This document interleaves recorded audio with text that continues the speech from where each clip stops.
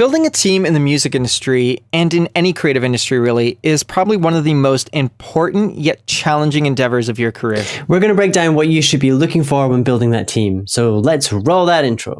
Oh, that's so cheesy. Fucking hate it. Welcome to Bridge the Atlantic's B-Sides, a show where we share material that doesn't quite fit in with our weekly interviews series. Here on B-Sides, we focus on empowering musicians and all creatives to craft careers by arming you with the tools you need to make it in the entertainment industry. So if you're new here, consider subscribing. We're your hosts, music web designer Ross Barber-Smith from Scotland, owner of Electric Kiwi, where we create awesome custom websites for bands, artists, and musicians. And I'm singer-songwriter and multi-instrumentalist Marcio Novelli from Canada, where I'm not making music or doing this show. I'm producing records and directing music videos. Speaking of which, if you would like to work together, just hit me up on any of my socials. Before we jump into the episode, we just want to let you know that we are on Patreon and you can become a bridger from as little as $1 per month. You'll gain access to our exclusive Encore series featuring never-before-seen videos with our guests, and your support will allow us to keep bringing you weekly videos here at Bridge the Atlantic. That's right. You can also head on over to our website to pick up one of our shirts. Use the coupon code BTAROCKS to receive 20% off your order, and we promise they're going to look badass on you. Oh, yeah.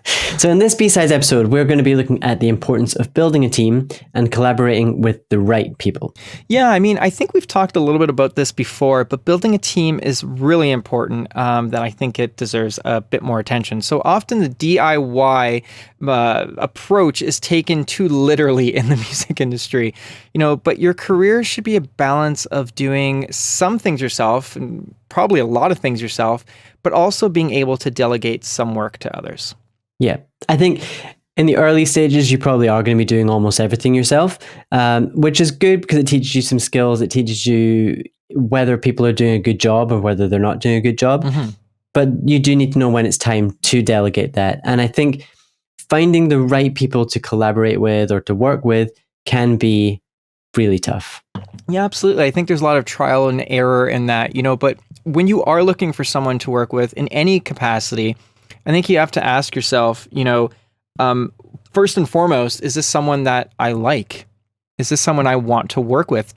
Because it would be an awful situation to bring someone onto your team, and especially if you sign papers and things like that, only to find out that you two don't click. It's nothing against you or that person. I mean, we just don't all click with everybody. There's different personality traits that just work well together for one reason or another that we probably don't even understand, Yeah. If we want to get really deep and psychological or philosophical here, which we're probably not going to because we don't have enough time. But, so it's about finding those people. So one, don't be afraid to research people, and don't be afraid to kind of have interviews. I mean, not to put someone so much on the spot, but maybe even just a call or a conversation or some sort of meeting.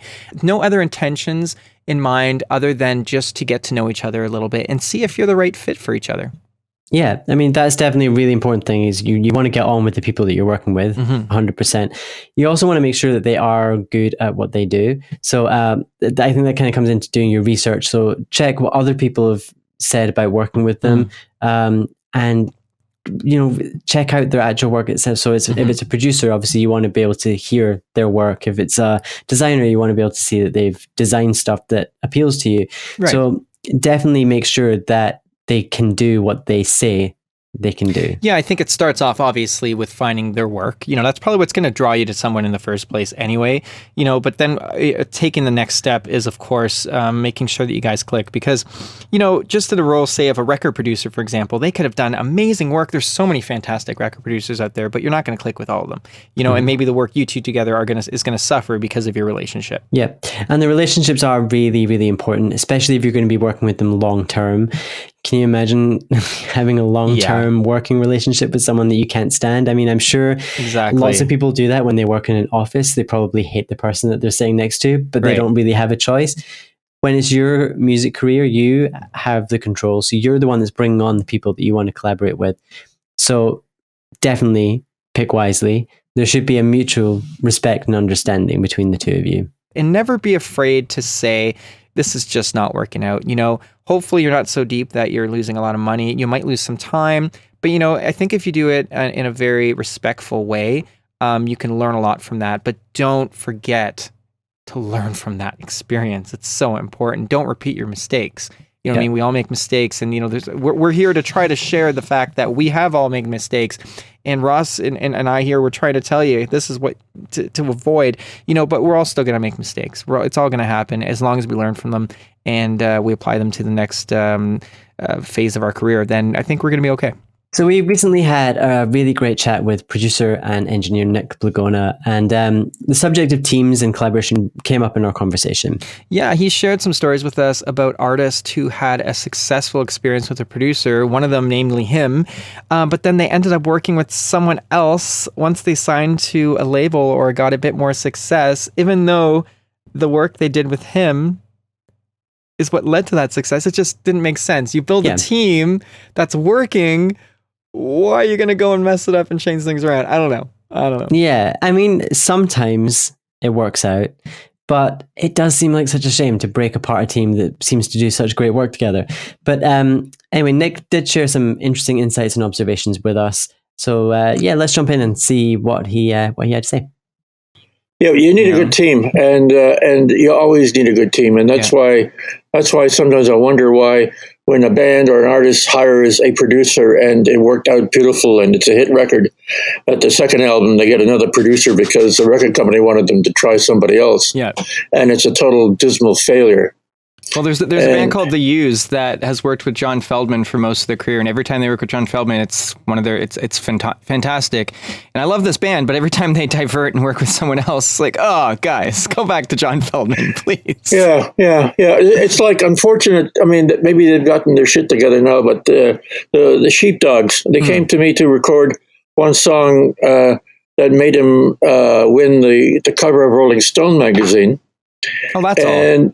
And then I said, well, they said, we'd like to do the album with you. And I said, it's not going to happen, because what's going to happen is that if you win, you get signed, and then the record company will sign a producer, and that producer will probably be a member of some band that they have a deal with. And lo and behold, they got signed to Warner's, and the producer was the piano player from the Black Keys. And subsequently, that album sounds like the Black Keys. Right.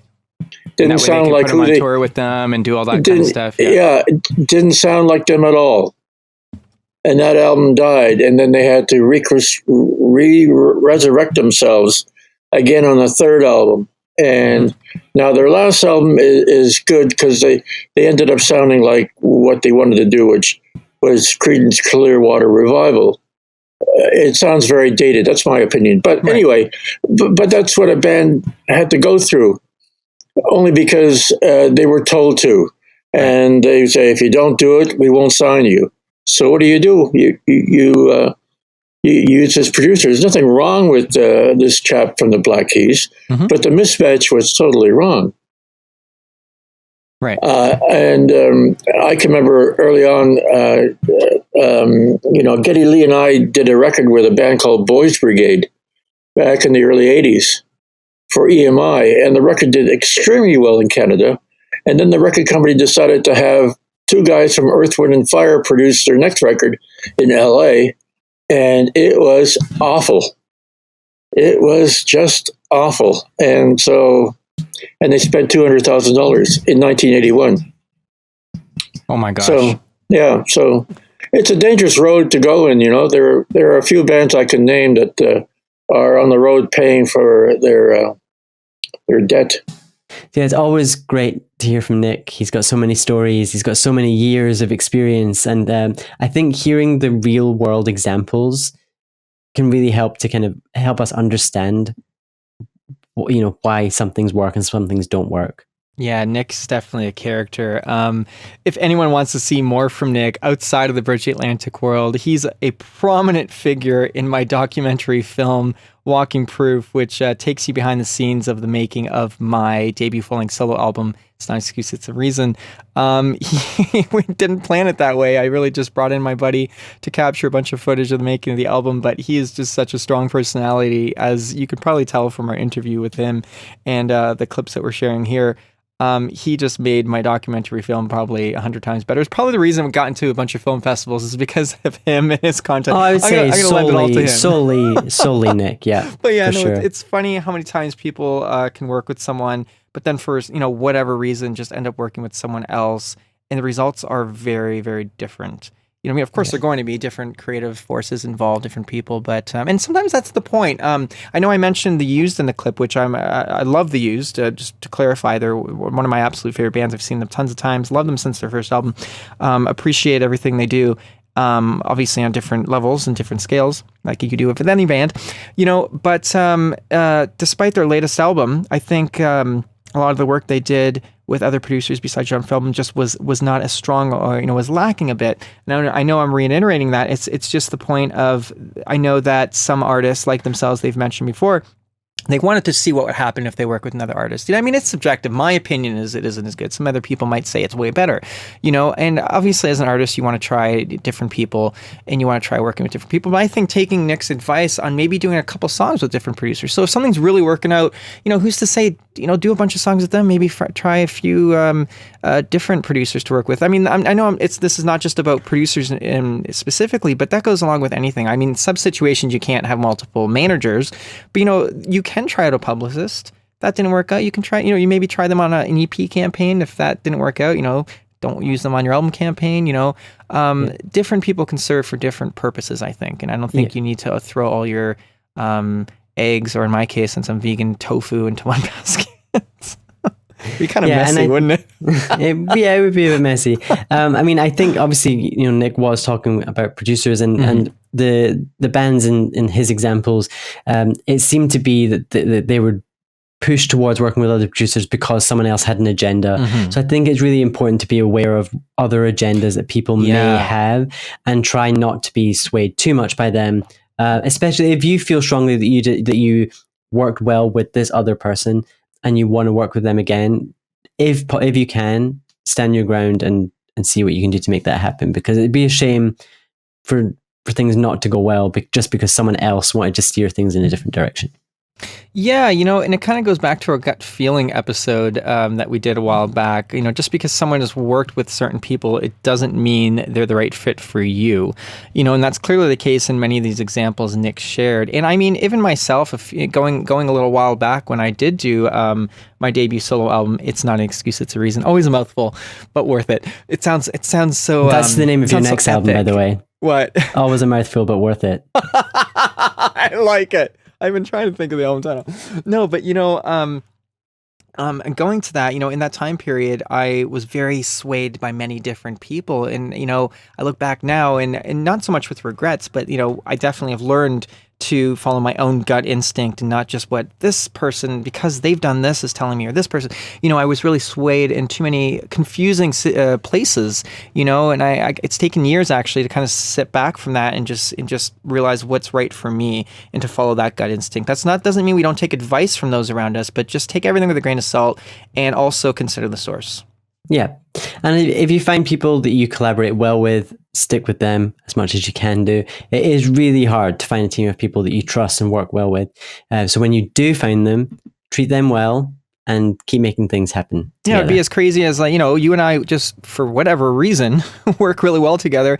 You know what? Screw that, Ross. Get a different co-host to work with you. Just, why not? Just randomly. Just do that. Just change it up because things are going so well, Things are going so well. Can just you switch imagine? it up. It makes no sense. But anyways, we'd love to hear from all of you on what's been working for you in your career. If there's anything that we missed here or that you think we should cover in a future episode of B-Sides, just hit us up and let us know. Yeah, and you can find us, as in Bridge Atlantic, on Twitter, Facebook, and Instagram. Don't forget to visit our website and pick up one of these shirts while you're there. That's right. And as for me, I'm working on my new solo album. You can check out my music on Spotify and iTunes and just about everywhere and anywhere you like to stream or download music. Follow me on Facebook, Instagram, and Twitter, which are all my name, Marcio Novelli. And I'm working on websites for various artists at the moment. You can check out my work at electrickiwi.co.uk. You'll find me on Twitter and Instagram as Electric Kiwi, and on Facebook, Electric Kiwi Design. This episode was brought to you by Social Surge, your source for social media marketing and online music promotion. Check them out. They're in the description, the link to them. So please check them out because they do what, Ross?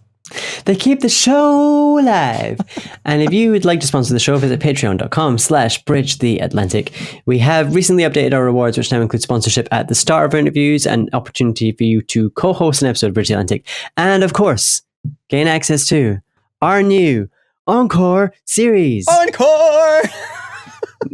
This is becoming a thing. Make sure to subscribe on YouTube so you don't miss any episodes, and leave us a comment and let us know, what do you think of the show? Visit us on Patreon, guys. I just got to reiterate that. Go do that. Check out our exclusive Encore series. We're really excited about it. All right, so that's it for B-Sides. We'll be back next week with a brand new interview. Thanks a lot. We'll see you next time.